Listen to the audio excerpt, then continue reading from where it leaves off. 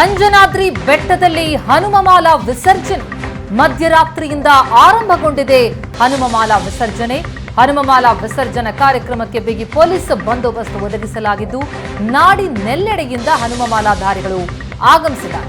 ಕೊಪ್ಪಳ ಜಿಲ್ಲೆ ಗಂಗಾವತಿ ತಾಲೂಕಿನ ಅಂಜನಾದ್ರಿ ಪರ್ವತದಲ್ಲಿ 575 ಮೆಟ್ಟಿಲು ಹತ್ತಿ ಬಂದು ಭಕ್ತರಿಂದ ಮಾಲೆ ವಿಸರ್ಜನೆ. ದೃಶ್ಯಗಳನ್ನು ನೋಡ್ತಾ ಇದ್ದೀವಿ. ಮಧ್ಯರಾತ್ರಿಯಿಂದಲೇ ಆರಂಭಗೊಂಡಿದೆ ಹನುಮಮಾಲಾ ವಿಸರ್ಜನೆ. ಚಾತುರ್ಮಾಸದ ಕೊನೆಯ ದಿನವಾದ ಇಂದು ಏನು ಕೊಪ್ಪಳ ಜಿಲ್ಲೆಯ ಗಂಗಾವತಿ ತಾಲೂಕಿನ ಅಂಜನಾದ್ರಿ ಬೆಟ್ಟದಲ್ಲಿ ಇಂದು ಹನುಮಮಾಲೆ ವಿಸರ್ಜನೆ ಇರತಕ್ಕಂಥದ್ದು. ಈ ಹಿನ್ನೆಲೆಯಲ್ಲಿ ಏನು ಮಧ್ಯರಾತ್ರಿ 12 ಗಂಟೆಯಿಂದಲೂ ಕೂಡ ಏನು ರಾಜ್ಯದ ವಿವಿಧ ಮೂಲೆಗಳಿಂದ ಬಂದಂತಹ ಮಾಲಾಧಾರಿಗಳು ಹನುಮಮಾಲೆಯನ್ನು ವಿಸರ್ಜನೆ ಮಾಡಲಿಕ್ಕೆ ಇದೀಗ ಅಂಜನಾದ್ರಿ ಪರ್ವತಕ್ಕೆ ಬಂದಿರತಕ್ಕಂಥದ್ದು. ನಾನೀಗ ಅಂಜನಾದ್ರಿಗೆ ಏನು ಬೆಟ್ಟ ಇದೆ, ಒಂದು ಬೆಟ್ಟದ ಮೇಲ್ಭಾಗದಲ್ಲಿರ್ತಕ್ಕಂಥದ್ದು.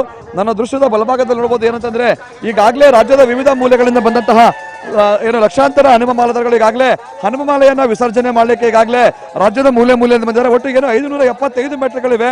ಆ ಒಂದು ಮೆಟ್ಲುಗಳನ್ನ ಹತ್ತಿಕೊಂಡು ಇದೀಗೆಲ್ಲರೂ ಕೂಡ ಹನುಮಮಾಲೆಯನ್ನು ವಿಸರ್ಜನೆ ಮಾಡಲಿಕ್ಕೆ ಬಂದಿರತಕ್ಕಂಥದ್ದು. ಎಲ್ಲರೂ ಕೂಡ ಜೈ ಶ್ರೀರಾಮ್ ಒಂದು ಘೋಷಣೆಯನ್ನ ಕೂಗುವಂತ ಒಂದು ಕೆಲಸವನ್ನ ಹನುಮಮಾಲಾಧಾರಿಗಳು ಮಾಡ್ತಾ ಇದ್ದಾರೆ. ಮತ್ತೊಂದು ಭಾಗ ನೋಡಬಹುದು ಏನು ಆಂಜನೇಯನ ದೇವಸ್ಥಾನ ಇದೆ.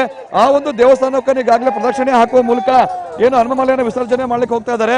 ನೋಡಬಹುದು ನಾವು ರಾಜ್ಯದ ವಿವಿಧ ಮೂಲೆಗಳಲ್ಲಿ ವಿಶೇಷವಾಗಿ ಬೆಳಗಾವಿ, ಚಿಕ್ಕೋಡಿ, ನಿಪ್ಪಾಣಿ, ಬಿಜಾಪುರ, ಬಾಗಲಕೋಟೆ ಹೀಗೆ ರಾಜ್ಯದ ವಿವಿಧ ಮೂಲೆಗಳಲ್ಲಿ ಕೂಡ ಲಕ್ಷಾಂತರ ಏನು ಹನುಮಮಾಲಾಧಾರಿಗಳು ಇದೀಗ ಹನುಮಮಾಲೆಯನ್ನ ವಿಸರ್ಜನೆ ಮಾಡಲಿಕ್ಕೆ ಬಂದಿರತಕ್ಕಂಥ. ಜಿಲ್ಲಾಡಳಿತ ಕೂಡ ಈಗಾಗಲೇ ಬಿಗಿ ಬಂದೋಬಸ್ತನ್ನು ಕೂಡ ಹಮ್ಮಿಕೊಂಡಿರ್ತಕ್ಕಂಥ. ಯಾಕಂತಂದ್ರೆ ಏನು 2012ರಿಂದ ಈ ಒಂದು ಹನುಮಮಾಲೆ ವಿಸರ್ಜನೆ ಆರಂಭವಾಯಿತು. ಅದಾದ 2017ರಲ್ಲಿ ಒಂದಿಷ್ಟು ಏನು ಗಲಭೆಗಳಾದವು. ಈ ಹಿನ್ನೆಲೆಯಲ್ಲಿ ಏನು ಒಂದು ಪೊಲೀಸ್ ಇಲಾಖೆ ಕೂಡ ಮುಂಜಾಗ್ರತಾ ಕ್ರಮಗಳನ್ನು ಕೂಡ ಕೈಗೊಂಡಿರ್ತದೆ. ಮತ್ತೊಂದು ಕಡೆ ಏನು ಹನುಮಮಾಲಾಧಾರಿಗಳು ಅಲ್ಲಿ ಒಂದು ಹನುಮಮಾಲೆಯನ್ನು ಕೂಡ ವಿಸರ್ಜನೆ ಮಾಡ್ತಾ ಅಂದ್ರೆ ದರ್ಶನವನ್ನು ಪಡೆದ ಬಳಿಕ ಹನುಮಮಾಲೆಯನ್ನ ಏನೋ ಒಂದು ಗಿಡಕ್ಕೆ ಏನು ನೋಡಬಹುದು ನಾವಲ್ಲಿ ಹನುಮಮಾಲೆಯನ್ನ ಅಲ್ಲಿಗೆ ವಿಸರ್ಜನೆ ಮಾಡುವ ಒಂದು ಕೆಲಸವನ್ನು ಕೂಡ ಹನುಮಮಾಲಾಧಾರಿಗಳು ಮಾಡ್ತಾ ಇದ್ದಾರೆ. ದೃಶ್ಯದ ಮೇಲ್ಭಾಗದಲ್ಲಿ ನೋಡಬಹುದು ಏನಂತಂದ್ರೆ ಈಗಾಗಲೇ ಹನುಮಮಾಲೆಯನ್ನ ವಿಸರ್ಜನೆ ಮಾಡಿ ಏನು ಕೆಳಭಾಗದಲ್ಲಿ ಇಳಿಯುವಂತ ಒಂದು ಕೆಲಸವನ್ನು ಹನುಮಮಾಲಾಧಾರಿಗಳು ಮಾಡ್ತಾ ಇದ್ರಲ್ಲೂ ಕೂಡ ಈಗಾಗಲೇ ಆದ್ರೆ ಜಿಲ್ಲಾಡಳಿತ ಈಗಾಗಲೇ ಅವರಿಗೆ ಒಂದು ಸಂಪೂರ್ಣ ಒಂದು ವ್ಯವಸ್ಥೆಯನ್ನು ಕೂಡ ಮಾಡಿರ್ತಕ್ಕಂಥದ್ದು.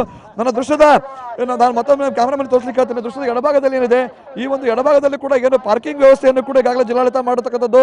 ಯಾಕಂತಂದ್ರೆ ಲಕ್ಷಾಂತರ ಏನು ಹನುಮಮಾಲಾಧಾರಿಗಳು ಬರ್ತಕ್ಕಂಥ ಹಿನ್ನೆಲೆಯಲ್ಲಿ ಈ ಕಳೆದ ನಾವು 2-3 ವರ್ಷಗಳಿಂದ ಸಾಕಷ್ಟು ಟ್ರಾಫಿಕ್ ಜಾಮ್ ಕೂಡ ಉಂಟಾಗ್ತಾ ಇತ್ತು. ಆದರೆ ಇದೀಗ ಟ್ರಾಫಿಕ್ ಜಾಮ್ ಅನ್ನು ತಪ್ಪಿಸಲಿಕ್ಕೆ ಕೂಡ ಜಿಲ್ಲಾಡಳಿತ ಸಾಕಷ್ಟು ಒಂದು ಟ್ರಾಫಿಕ್ ವ್ಯವಸ್ಥೆಯನ್ನು ಕೂಡ ಮಾಡತಕ್ಕಂಥದ್ದು. ಏನು ಈ ಒಂದು ಅಂಜನಾದ್ರಿ ಪರ್ವತ ಇದೆ, ಈ ಒಂದು ಅಂಜನಾದ್ರಿ ಪರ್ವತ ಕಿಷ್ಕಿಂಧ ಪ್ರದೇಶ ಅಂತ ಕೇಳ್ತಕ್ಕಂದ್ರೆ ತುಂಗಭದ್ರಾ ನದಿಗೆ ದಡದಲ್ಲಿ ಈ ಒಂದು ಅಂಜನಾದ್ರಿ ಪರ್ವತ ಇರತಕ್ಕಂಥ ಹಿನ್ನೆಲೆಯಲ್ಲಿ ಈ ಒಂದು ತುಂಗಭದ್ರಾ ನದಿ ದಡದಲ್ಲಿರ್ತಕ್ಕಂಥ ಹಿನ್ನೆಲೆಯಲ್ಲಿ ಅಂಜನಾದ್ರಿಗೆ ಒಂದು ವಿಶೇಷವಾದಂತಹ ಒಂದು ಐತಿಹಾಸಿಕ ಹಿನ್ನೆಲೆ ಕೂಡ ಇರತಕ್ಕಂಥ ಹಿನ್ನೆಲೆಯಲ್ಲಿ ಹನುಮಮಾಲೆ ಕೂಡ ಲಕ್ಷಾಂತರ ಭಕ್ತರು ಬರ್ತಾರೆ. ನೋಡಬಹುದು ನಾವು ಈಗಾಗಲೇ ಅವರೆಲ್ಲರೂ ಕೂಡ ಒಂದಿಷ್ಟು ಜನರು ಹನುಮಮಾಲೆಯನ್ನ ವಿಸರ್ಜನೆ ಮಾಡಲಿಕ್ಕೆ ಹೋಗಿದ್ದಾರೆ. ಮತ್ತೊಂದು ಕಡೆ ಅವರೆಲ್ಲರೂ ಕೂಡ ಈಗ ಹನುಮಮಾಲೆಯನ್ನು ವಿಸರ್ಜನೆ ಮಾಡಲಿಕ್ಕೆ ಬಂದಿದ್ದಾರೆ.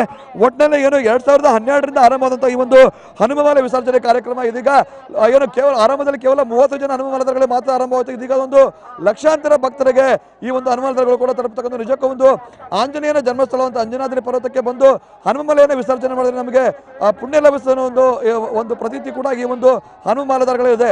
ಅಂಜನಾದ್ರಿ ಬೆಟ್ಟದಿಂದ ಕ್ಯಾಮರಾಮನ್ ಸಮೀರ್ ದೊಡ್ಡಶಲಗರೆ ಸುವರ್ಣ ನ್ಯೂಸ್.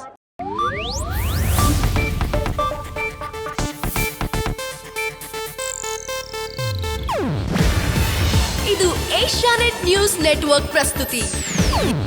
ನೀವು ನೋಡ್ತಿದ್ದೀರಾ ಏಷ್ಯಾನೆಟ್ ಸುವರ್ಣ ನ್ಯೂಸ್.